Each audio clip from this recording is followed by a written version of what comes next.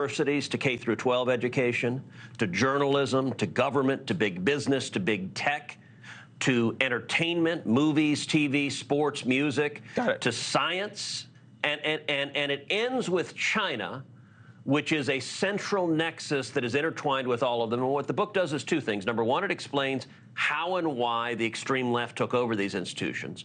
But number two, it gives a practical, real battle plan for how we take those institutions back.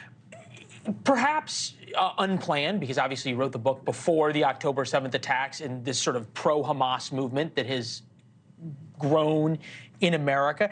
Does the oppressor-victim lens explain why now we are seeing this pro-Hamas movement in journalism, in academia, even in science? Yeah, it does, and it is perfectly encapsulated with what has happened since October 7th.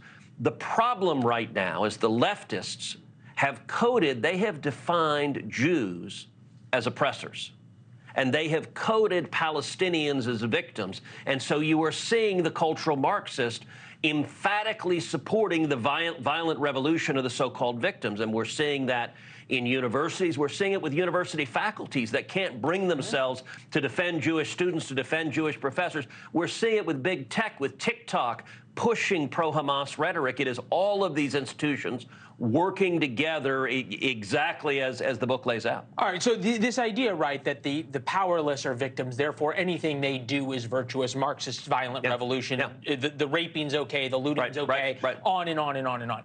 You use the word anti-Semitism, and I've struggled since October 7th that it feels something more than anti-Semitism, right? Because anti-Semitism is, I don't like bagels, or Jews can't join the club that I am a member of and play golf with me. This is different. This is advocating the either extermination or certainly the violent uprising against Jewish people. Yeah.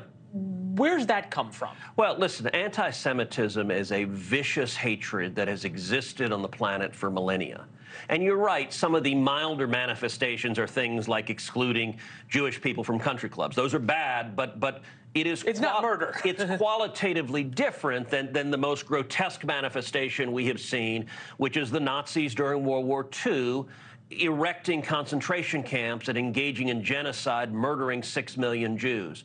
What is striking is that what happened on October 7th is the single largest mass murder of Jews in a day since the Holocaust. And it's the same strategies. The Hamas terrorists, they went from house to house, murdering every person, murdering children, raping women and little girls, murdering babies. Why?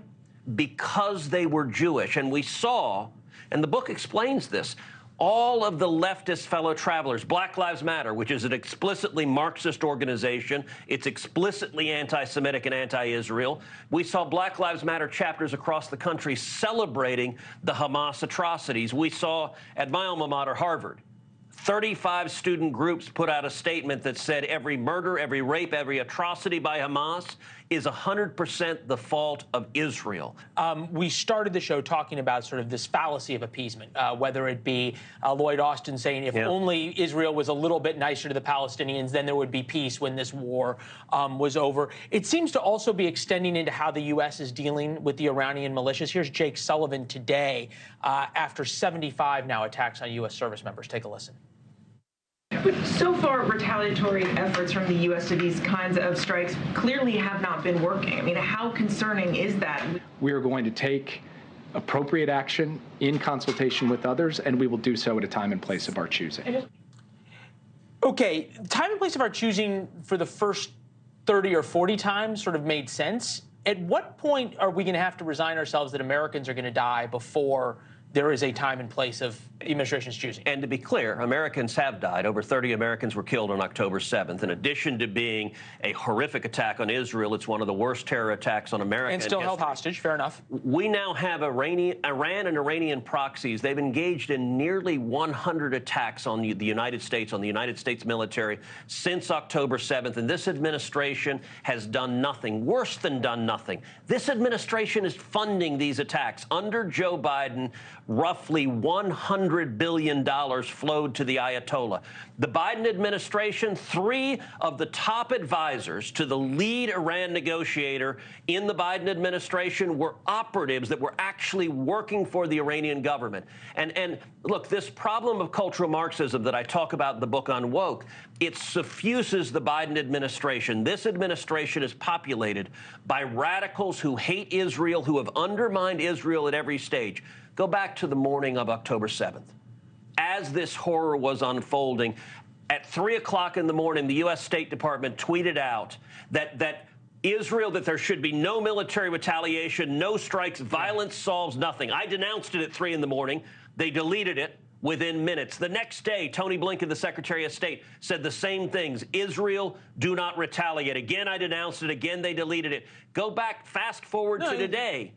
They want Israel to stop killing the Hamas terrorists, and it's because this administration is populated by radicals who side with the terrorists. Well, it would be difficult to argue with you based on the sound bites you talked about and then some of our own reporting as well. Senator, it's good to see you, sir. Leland, appreciate Congratulations on the book. Thank you. Thanks for watching. Go to joinnn.com to find NewsNation on your television provider. And don't forget to click the red subscribe button below to get more of NewsNation's fact-driven, unbiased coverage.